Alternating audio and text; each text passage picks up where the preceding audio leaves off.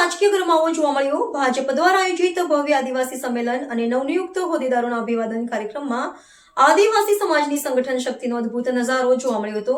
પરંતુ આ કાર્યક્રમની સૌથી મોટી હાઇલાઇટ એ રહી કે કોંગ્રેસના ગઢમાં મોટું ગાબડું પડ્યું છે। તાપી જિલ્લામાં ભાજપનું ભવ્ય આદિવાસી સંમેલન યોજાયું। 500 થી વધુ કોંગ્રેસ કાર્યકર્તાઓ ભાજપમાં જોડાયા। તાપી જિલ્લા ભાજપ દ્વારા આયોજિત ભવ્ય આદિવાસી સંમેલન તથા નવનિયુક્ત હોદ્દેદારોના અભિવાદન કાર્યક્રમ યોજાયો હતો અને આદિવાસી સમાજની સંગઠન શક્તિ અને વિકાસ પ્રતિબદ્ધતાનો ઉત્કૃષ્ટ પરિચય મળ્યો હતો। કાર્યક્રમમાં આદિવાસી ભાઈઓ બહેનોની વિશાળ અને ઉત્સાહભરી ઉપસ્થિતિ જોવા મળી હતી। પ્રદેશ મહામંત્રી તથા દક્ષિણ ઝોન પ્રભારી ડોક્ટર પ્રશાંત કોરાટ, પ્રભારી મંત્રી નરેશભાઈ પટેલ, રાજ્યકક્ષા મંત્રી ડોક્ટર જયરામભાઈ ગામિત અને આદિજાતિ મોરચાના અધ્યક્ષ ગણપતસિંહભાઈ વસાવાની પ્રેરક હાજરીમાં યોજાયેલી આ સભા ખાસ આકર્ષણનું કેન્દ્ર બની હતી।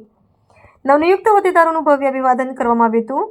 સભા દરમિયાન માનનીય પ્રધાનમંત્રી શ્રી નરેન્દ્રભાઈ મોદી સાહેબના દ્રઢ લોકહિતકારી અને વિકાસલક્ષી નેતૃત્વથી પ્રેરાઈને 500 થી વધુ કોંગ્રેસ કાર્યકર્તાઓએ કોંગ્રેસનો ત્યાગ કરી ભાજપમાં જોડાઈ ભગવો ધારણ કર્યો હતો। તમામ નવા જોડાયેલા કાર્યકર્તાઓનું ભાજપ પરિવાર તરફથી હાર્દિક સ્વાગત કરવામાં આવ્યું હતું।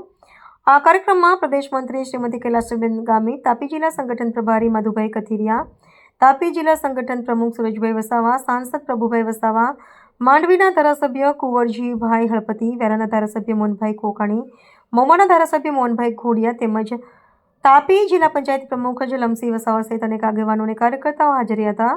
આદિવાસી સમાજના સર્વાંગી વિકાસ માટે ભાજપ સરકાર પ્રતિબદ્ધ હોવાનું આગેવાનોએ પોતાના સંબોધનમાં જણાવ્યું હતું। આજે તાપી ભારતીય જનતા પાર્ટી દ્વારા अनुसूचित जनजाति मोर्चा हमारा नवनियुक्त प्रदेश अध्यक्ष आदरणीय श्री गणपतसिंहभाई वसावा,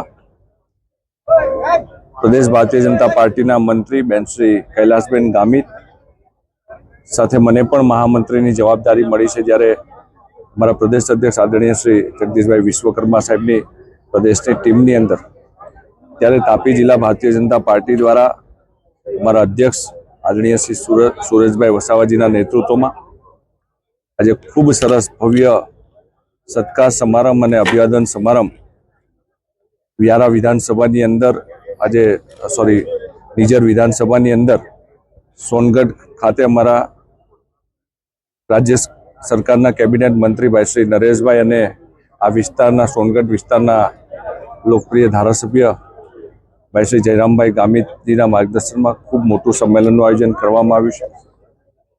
आ विस्तारनी अंदर जे रीते सवारथी लोकोए जे प्रेम आप्यो छे, आखुं सोनगढ़ शहर आज रस्ता पर आज अभिवादन माटे थईने सत्कार माटे थईने उपस्थित हतुं अने आज अत्यारे बधा लोकोए खूब सरस भारतीय जनता पार्टीना कार्यकर्ता मेहनत करीने भव्य सत्कार समारंभ कर्यो छे। त्यारे बधानो हृदयथी आभार मानुं छुं अने ज्यारे मने आ दक्षिण झोननी जवाबदारी प्रभारी तरीके मळी छे त्यारे બધા જ ભારતીય જનતા પાર્ટીના કાર્યકર્તાઓ આગામી સમયમાં જે અત્યારે ભારતીય જનતા પાર્ટીનું સંગઠન મજબૂત છે એ વધારેમાં વધારે મજબૂત થાય, લોકો સુધી ભારતીય જનતા પાર્ટીની ગુજરાત સરકાર અને કેન્દ્ર સરકારની બંને ભારતીય જનતા પાર્ટી સરકાર દેશના યશસ્વી પ્રધાનમંત્રીજીના નેતૃત્વમાં માનનીય નરેન્દ્રભાઈ મોદી સાહેબના નેતૃત્વમાં અને રાજ્યના અમારા મુખ્યમંત્રી ભાઈ શ્રી ભૂપેન્દ્રભાઈ पटेलजीना नेतृत्व में जो सरकार काम करी है ये योजना महत्तम लोगों सुधी पहुंचे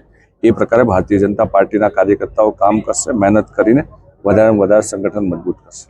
मित्रों, आज तापी जिला भारतीय जनता पार्टी द्वारा नवनियुक्त भारतीय जनता पार्टी होद्देदारों सन्माननो कार्यक्रम हतो अने साथे साथे विशाळ संख्या में आदिवासी सम्मेलन अने आदिवासी रेलीनुं पण आयोजन थयुं।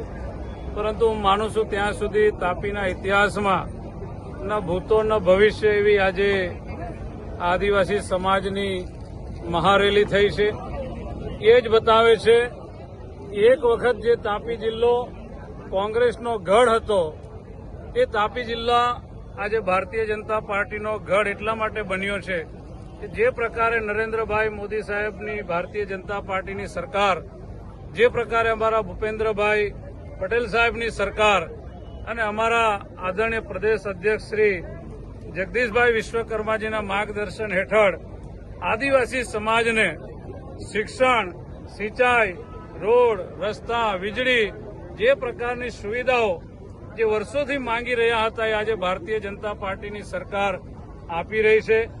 એટલે આપ પાર્ટી અને કોંગ્રેસ પાર્ટી ગમે એટલા જૂઠાણા ચલાવશે, પણ તાપી જિલ્લાનો આદિવાસી સમાજ, તાપી જિલ્લાના મતદારો, પ્રજાજનો એ આજે પણ ભારતીય જનતા પાર્ટીની સાથે છે. એ આજની સભા અને આજની રેલી ઉપરથી પ્રસ્થાપિત થયું છે. આપ સૌએ જોયું હશે, કલાકોના કલાકો સુધી અહીંયા લોકો બેસી રહ્યા અને લગભગ 300 થી 500 જેટલા આપ પાર્ટીના કાર્યકર્તા અને કોંગ્રેસ પાર્ટીના કાર્યકર્તાઓએ આજે ભાજપમાં પ્રવેશ લીધો છે. આ તમામ લોકોનું હું ભારતીય જનતા પાર્ટીના પરિવારમાં હું દિલથી સ્વાગત કરું છું.